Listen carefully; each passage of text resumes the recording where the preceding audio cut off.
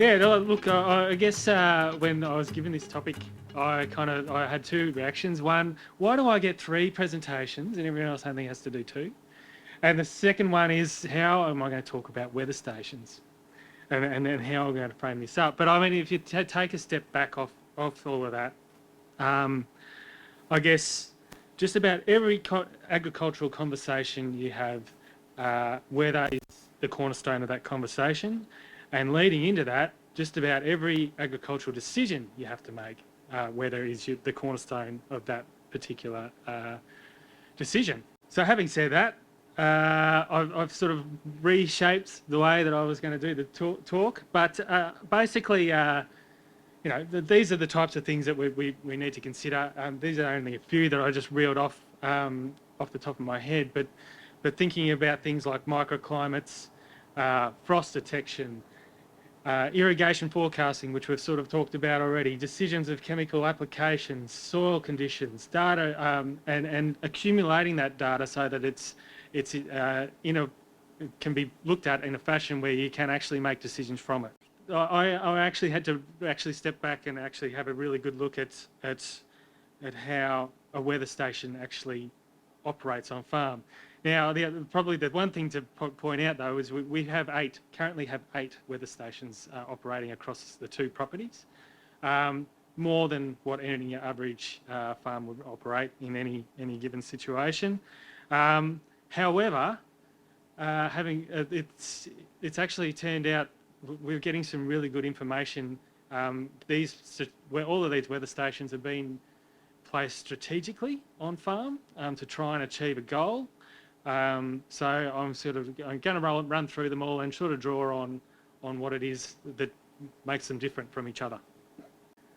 So the Goanna Ag Weather Station, look, this one here is located basically in the highest point of the property and the most eastern point of the property, which is up behind us up here on the sandhill. And look, yeah, other than giving us a point of reference in terms of the soil, in terms of the weather, rainfall, and conditions at a higher elevation, probably the key one for me and something that the Goanna Ag do is they include a soil temperature probe as standard as part of their weather station setup. We've actually got that one linked in here into the sandhill. Look, in terms of the information that we're getting out of it, as you'd expect in sand, there's not a lot of variation off from ambient temperature. It's quick to pick up in temperature, quick to drop again, as per the little graph on the bottom. So that's Goanna Ag. Moving into the central part of the property, we actually have integrated irrigation set up. Tim Powell, who's been situated out the front of the supplier's tent here. Now, his setup is more based around and complements our flood irrigation. Basically, and it acts as a base station. So it's actually got a soil moisture probe linked in with it, which is out in one of the flood bays. It acts as a base station and accumulates a wide range of information, including the rainfall. So here we've got the soil moisture probe tracking along, the flood bay's been watered, and then we've had a rainfall event, and we've actually picked that up as being a rainfall event. It's not an anomaly where you've got to go looking to see what happened there. Did we accidentally water a little bit more? And with regard to integrated irrigation in itself, this particular setup, you can go into a myriad of different pieces of information and a lot of different metrics around the flood irrigation, and it's all worthwhile in the sense that it comes with the delivery and the service of Tim Powell. He's excellent at giving, his service is excellent. He's always on the end of the phone, and he's always more than willing to have a chat to you about what's happening with his weather station, with the weather in general, and in general flood or any irrigation setting. So we had Diane give a little bit of spiel. Diane and AKA are relatively new to the Struan property and Kaibi Bolite property. So this one gone and located out on the northernmost point of the property, mainly to sort of try and take advantage of the fact that that's where all of our reefinating stuff is, which I was talking to you earlier, to try and just complement that essentially. Probably one of the main points of difference with these guys, and which is one of the reasons I was really keen to get them on board, is that they actually operate off a UHF bandwidth. So they've got, whilst the base station itself is, I believe, cellular, all the other information that that you can tuck into the base station is transmitted via UHF, and we're actually quite uniquely pushing the UHF to its limits. So we thought we were going to have to do things like put in repeaters to try and get the information from A to B. But we're actually pushing past the limits of what Diane knew to be possible. So it's going to be interesting to watch and see how that develops as their relationship with us here comes on.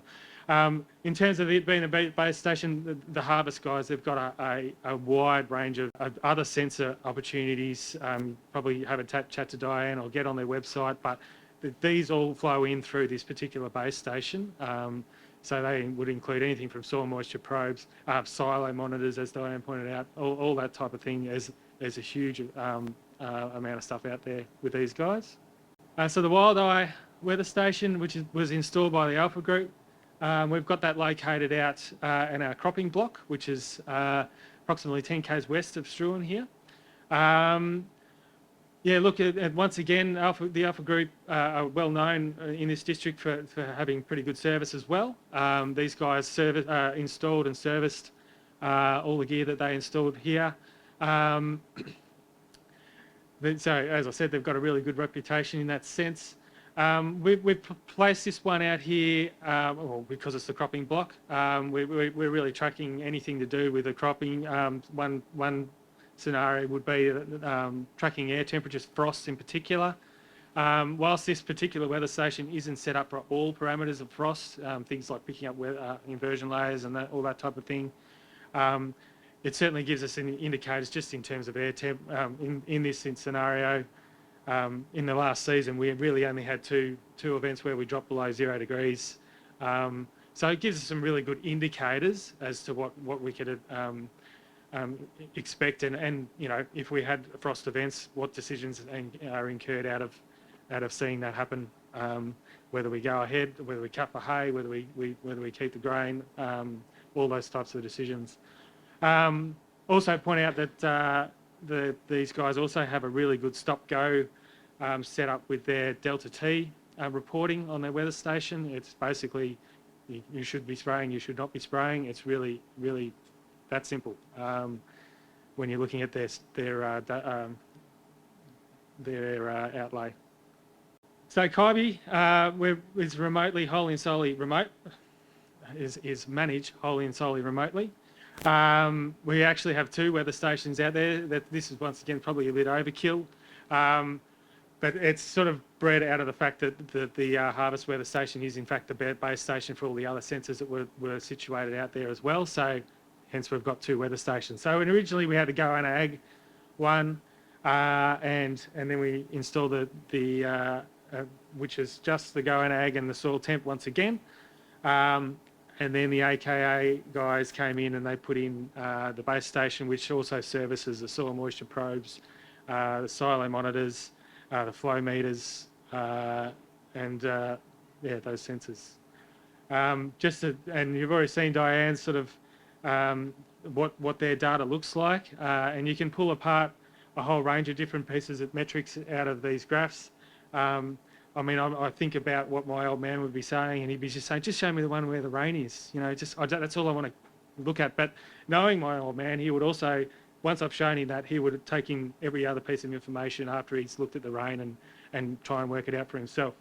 And then you've got the Goanna Ag. So it just depends on how you like to see your data, what works for you, and whether you like to see the trends in the the wiggly line rocking across the graph, or whether you want it straight up in your straight figures. So, just a point of difference once again. Additional weather data from other sources. So we've already sort of talking about FarmBot, and the guys from DIT also have another unit out on site here. that are linked in with a tank monitor. So yeah, just and then linking in also the soil, things like soil moisture probes, and a varying array of soil moisture probes. So for example, we've got the Centec, different at different depths, whether it's 80 centimetres, 60 centimetres, 40 centimetres. And then with the AKA guys as a single probe, put into a sidewall of a very deep hole, which I usually have to dig, to get probably a bit more of a precise reading on what's going on in that soil profile.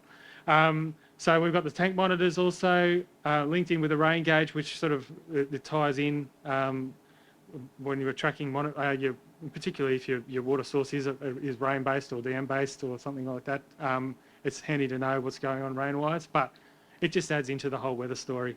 So once again, we've sort of circled back to data accumulation and Pear Tree. Yeah, as Hamish mentioned, Robin's already shown you the one on the data, the water monitoring. He's also done us up one on the weather side of things. So keeping an eye on what's going across. As many as the weather stations are currently linked in with him.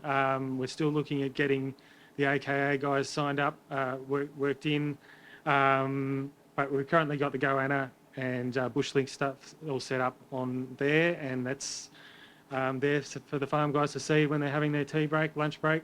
So some considerations, what is it that you actually want to know? Do you want to know what the evapotranspiration rates for your irrigation setup? Do you want to know what's your day lengths are for where your crop could be sitting in the next, or for crop forecasting? Or do you just want to have a chat to your neighbour over the fence and know exactly how much rain fell on your property? It could be that simple. So what do you want to know?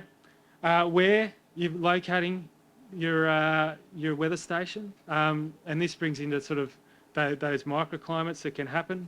And I've already sort of pointed out one major one with the Swan system set up, where we were having 20 mil out here, 10 mil in at Naracoorte. Yeah, it's you might want to consider whether you need to place it centrally, whether you need more than one, whether what it is you're trying to track, whether it's your crops. It might be that you want a removable weather station that you can kick around the farm. Connectivity, as Robin sort of went through with the other stuff, we've got cellular, satellite, and as I've mentioned, UHF. The interesting thing about UHF, like we've got LoRaWAN as well, which I haven't got up there. But in terms of, there's certain costs and fees, but, UHF, to the point of the base station at least, is free, kicking information around the farm until you whack it up into the cloud. And then cost. Look, I was going to include some costings, but it just depends on what you want to add to your weather station, whether it's a base station, whether it's got all these add-ons. We do actually have a decision matrix for the weather stations currently getting generated up. So I encourage you, if you want to know costings, either talk to the suppliers themselves or just hit me up give me an email, or Robin, get in touch with us, and once this decision matrix has been developed, we'll flick it out to you. And just lastly, I guess in terms of that microclimate sort of scenario, I picked out a particular day which was atrocious really, where we had nothing rain out at Bull Lagoon at the cropping block, anything up, and then up to 10 mil out at Kaibi Bolite. Interesting thing about the Kaibi ones is they are actually relatively close together. So I actually need to go and I think I need to test the FarmBot one and just see I'll just take a jug of 2 mils out or something like that and see what's going on. But I'll leave you with that just to muddy the waters for you.